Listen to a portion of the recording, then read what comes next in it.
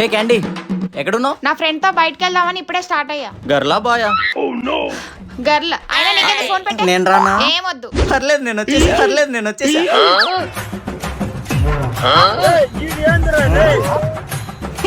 అమ్మాయి ఏంటి చాలు ఊపుకుంటూ వచ్చేస్తారు. అరే బిజీయా? ఏంటో చెప్పు. నా డ్రెస్ ట్రైలర్ దగ్గర ఇచ్చాం కదా, కొంచెం తీసుకొస్తావా?